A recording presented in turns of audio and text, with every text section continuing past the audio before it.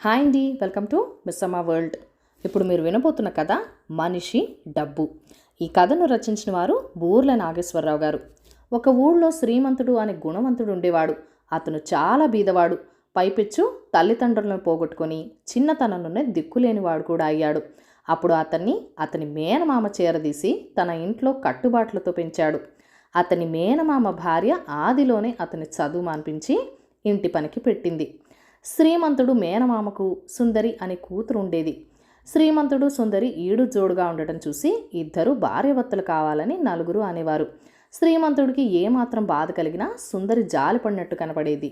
ఆమెకు తనపై ఆపాటి ప్రేమ ఉన్నందుకు శ్రీమంతుడు ఉబ్బి తబ్బిబ్బైపోయేవాడు. సుందరికి యుక్త వయసు వచ్చినాక శ్రీమంతుడితో చనువు తగ్గిపోయింది.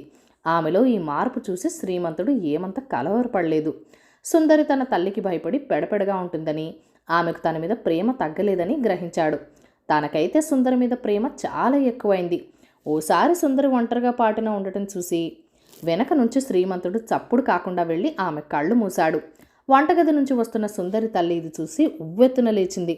ఆమె పెరట్లో ఉన్న తన భర్తను పిలిచి, వయసులో ఉన్న పిల్లతో సరసాలా, రేపు దాని పెళ్ళి ఎలా అవుతుంది అంటూ శ్రీమంతుడిని నానా మాటలు అన్నది. అదేమిటత్తయ్య, దాన్ని మరెవరో పెళ్లి చేసుకోవటం ఏమిటి, నేనుండగా అన్నాడు శ్రీమంతుడు వింతగా చూస్తూ. లేవు మరి, తిన్నది వంటబట్టి నిక్షేపంలా ఉన్నావు. ఈసారి పిల్లను తాకి చూడు, చేతులు రగ్గొట్టి బయటికి గెంటేస్తాను అంటూ సుందరిని తీసుకుని తల్లి లోనికి వెళ్ళిపోయింది. అంతేనా మావయ్య అన్నాడు శ్రీమంతుడు తన మేనమామకి తిరిగి. ఒరేయ్, సుందరి ఊసెత్తావంటే మక్కెలు విరుగుతాయి. తాను దూరకంత లేదు, మెడకు డోలా అన్నట్టుంది నీ వరస. నీకు గతి లేక కదా మా ఇంట్లో ఉంటున్నావు. నిన్ను పెళ్లి చేసుకుంటే దానికి ఏం పెడతావురా అన్నాడు మేనమామ. శ్రీమంతుడు తన మేనమామకు ఎన్నో విధాల చెప్పి చూశాడు. మనిషికి మంచితనం ప్రధానం కానీ డబ్బు కాదన్నాడు. సుందరి తాను ప్రేమిస్తున్నానన్నాడు. ప్రేమతో ఇల్లు వాకిలి తిండి వస్తుందట్రా, మంచితనం గుక్కడి గంజి కూడా పోయేదు. ఈ మిట్ట వేదాంతం నా దగ్గర చెప్పకు, డబ్బు తర్వాతే ఇవన్నీను అన్నాడు మామ.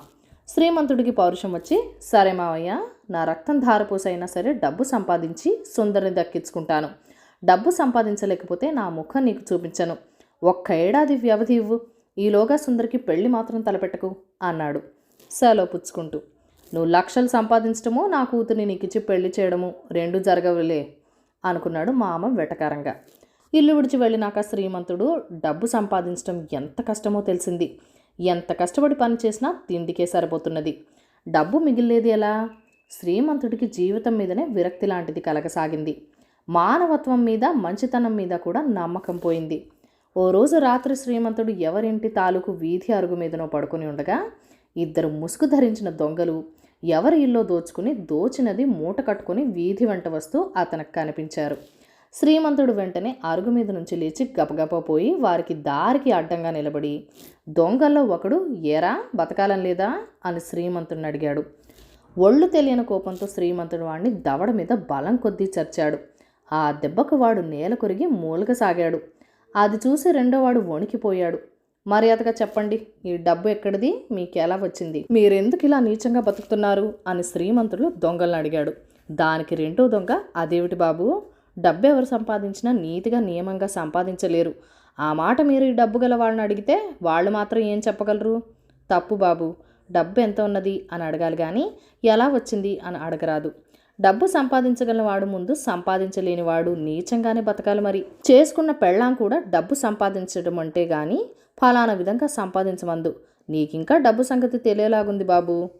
దీని ముందు మంచితనం మాట ఎత్తితే బిగ తీసుకుంటుంది అన్నాడు.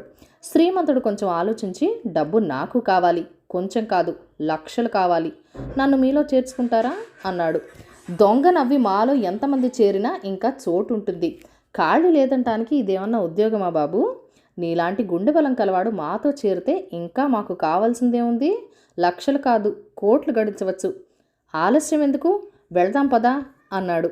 అలా శ్రీమంతుడు దొంగగా మారి తన ధైర్య సాహసాలతో దొంగలకు నాయకుడై ధనవంతులను దోచి ధనరాశులను దొంగల రహస్య స్థావరానికి చేర్చాడు. దొంగగా మారిన అతనిలో మానవత్వం చావలేదు. ఓసారి అతనికి సుందరిని చూడాలనిపించింది. తన అనుచరులతో గట్టివాళ్లను నలుగురిని వెంట పెట్టుకొని అందరూ పెద్ద మనుషుల దుస్తులు ధరించి సుందరి ఊరు వెళ్తూనే శ్రీమంతుడు సుందరికి ఆ రాత్రి పెళ్లి కాబోతుందని తెలుసుకున్నాడు. రాత్రి పొద్దుపోయే ముహూర్తం.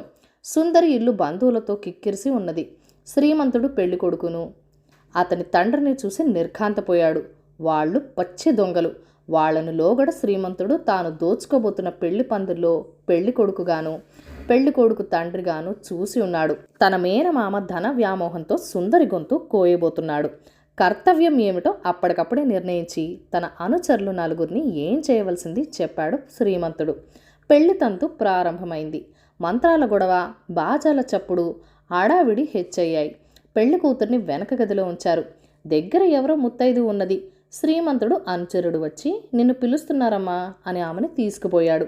ఒంటరిగా ఉన్న సుందరిని మరొకడు, మీ బావ వచ్చాడు తల్లి, ఒక్క మాట మాట్లాడిపో అంటూ ఇంటి వెనకకి తీసుకుపోయాడు. పురోహితుడు పెళ్లి కూతురు రావాలి అని కేకబెట్టాడు. కానీ పెళ్లి కూతురు జాడ ఎవరికీ తెలీదు. పెళ్లి సంబరం అంతలోనే ఆందోళనగాను పెడబొబ్బలుగాను మారింది. నలుగురు పెళ్లి కూతురుని వెతుకుతూ ఊరి మీద పడ్డారు. ముహూర్తం తప్పిపోయింది. అప్పుడు అలసిపోయి నిద్రలకు పడ్డారు. పెళ్లి కొడుకు తండ్రి ఏం చేస్తారా అని శ్రీమంతుడు సరిగ్గా ఊహించి తెల్లవారుజామున వాళ్ళు పెళ్లి వారిని దోచుకుని పారిపోతూ ఉంటే తన అనుచరులతో అటకాయించి పట్టుకొని దొంగ సొమ్ముతో సహా ఆ ఇద్దరిని బంధించి తన మేనమామ ఇంటికి తెచ్చాడు. అదే సమయంలో శ్రీమంతుడి అనుచరుడు ఒకడు సుందరిని కూడా తెచ్చాడు. మామా, నన్ను కాదని సుందరికి చాలా గొప్ప సంబంధం తెచ్చావులే అన్నాడు శ్రీమంతుడు. నాకు బుద్ధి వచ్చిందిరా బాబు, నువ్వు దేవుడు వల్లే సమయానికి అడ్డుపడకపోతే నిష్కారణంగా పిల్ల గొంతు కోసి ఉండేవాణ్ణి అన్నాడు శ్రీమంతుడి మేనమామ. చేసిన ప్రయత్నాలు వృధా కాకుండా, బంధువులకు నిరాశ కలగకుండా సుందరి తండ్రి తన కూతుర్ని త్వరలోనే శ్రీమంతుడికిచ్చి చేశాడు. శ్రీమంతుడు దొంగతనాలు మాని సుందరితో పాటు మామ ఇంట్లోనే సుఖంగా ఉండిపోయాడు. పెళ్లి కొడుకు. ఈ కథను రచించిన వారు చామర్తి రవిప్రకాశ్రావు గారు.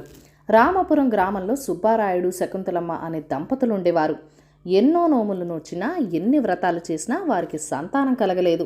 అయితే ఒకరోజు వారింటికి ఒక సాధువు వచ్చి శకుంతలమ్మకు చిటికెడు విభూది ఇచ్చి దాన్ని ఆమె నీటిలో కలిపి తాగితే కొడుకు పుడతాడని, వాడు పెళ్ళయ్యేదాకా మందమతిలాగా ఉంటాడని, పెళ్లి కాగానే వాడిలో మామూలు తెలివితేటలు కనిపిస్తాయని, వాడికి పెళ్లి కొడుకు అని పేరు పెట్టవలసిందని చెప్పాడు.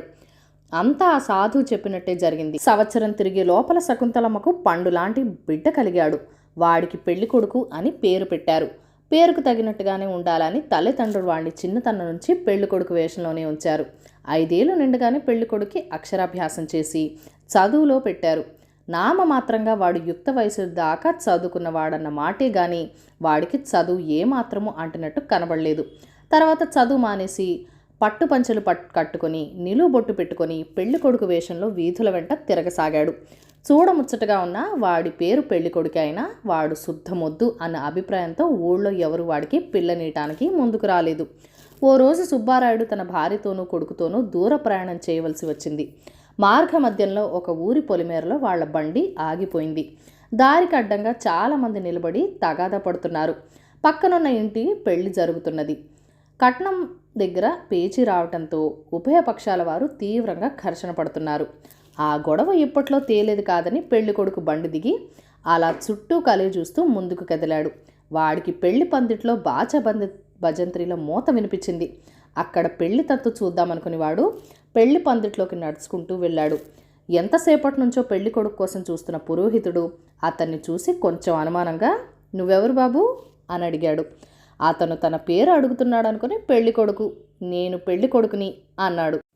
పెళ్లి పురోహితుడు తగాదా పరిష్కారమైందని పెళ్లి కొడుకును పంపారని అనుకుని వాడిని వెంటనే పెళ్లిపీట మీద కూర్చోమని ఆహ్వానించి పెళ్లి తంతు ప్రారంభించాడు. బయట తగాదా తెగనేలేదు. పెళ్లి కూతురు తండ్రి పెళ్లి ఆపుదామని పందిట్లోకి వచ్చేసరికి పెళ్లి కొంత అయిపోయింది. పెళ్లి కొడుకు నిక్షేపంగా ఉన్నాడు. వివరాల తర్వాత తెలుసుకోవచ్చునని పెళ్లి కూతురు తండ్రి చూస్తూ ఊరుకున్నాడు. ఈ విధంగా పెళ్లి కొడుకు వివాహం జరిగిపోయింది. వాడి తల్లిదండ్రులు అప్రయత్నంగా జరిగిపోయిన తమ కొడుకు వివాహానికి చాలా సంతోషించారు. సాధు చెప్పినట్టే పెళ్లి కాగానే పెళ్లి కొడుకు తాను చదువుకున్న చదువంతా జ్ఞాపకం వచ్చింది. ఆ తర్వాత వాడు నలుగురి చేత మంచి తెలివి గలవాడని అనిపించుకున్నాడు. పందెం. కాంచీపుర రాజు చంద్రవర్మ ఆస్థానానికి ఒకరోజు ఒక జ్యోతిష్కుడు వచ్చి, మీ రాజ్యం నెల దినాల్లో పరుల ఆధీనంలోకి పోతున్నది అని రాజుతో అన్నాడు. జ్యోతిష్కంలో నమ్మకం ఉన్న రాజు ఆ మాట విని హడలిపోయాడు. మంత్రి అది గ్రహించి జ్యోతిష్కుడితో, అలా జరగకపోతే నీకు శిరశ్ఛేదం చేయిస్తాను అన్నాడు. అలా జరిగితే నాకు 1,00,000 వరహాలు ఇచ్చేటట్టు పందె కట్టండి అన్నాడు జ్యోతిష్కుడు. మంత్రి సరేనన్నాడు. ఆ రోజు మంత్రి చంద్రవర్మను కాశీయాత్రకు పంపేసి తాను రాజ్యభారం చూడసాగాడు. నెల గడిచింది. రాజు తిరిగి వచ్చి తిరిగి సింహాసనం మీద కూర్చున్నాడు.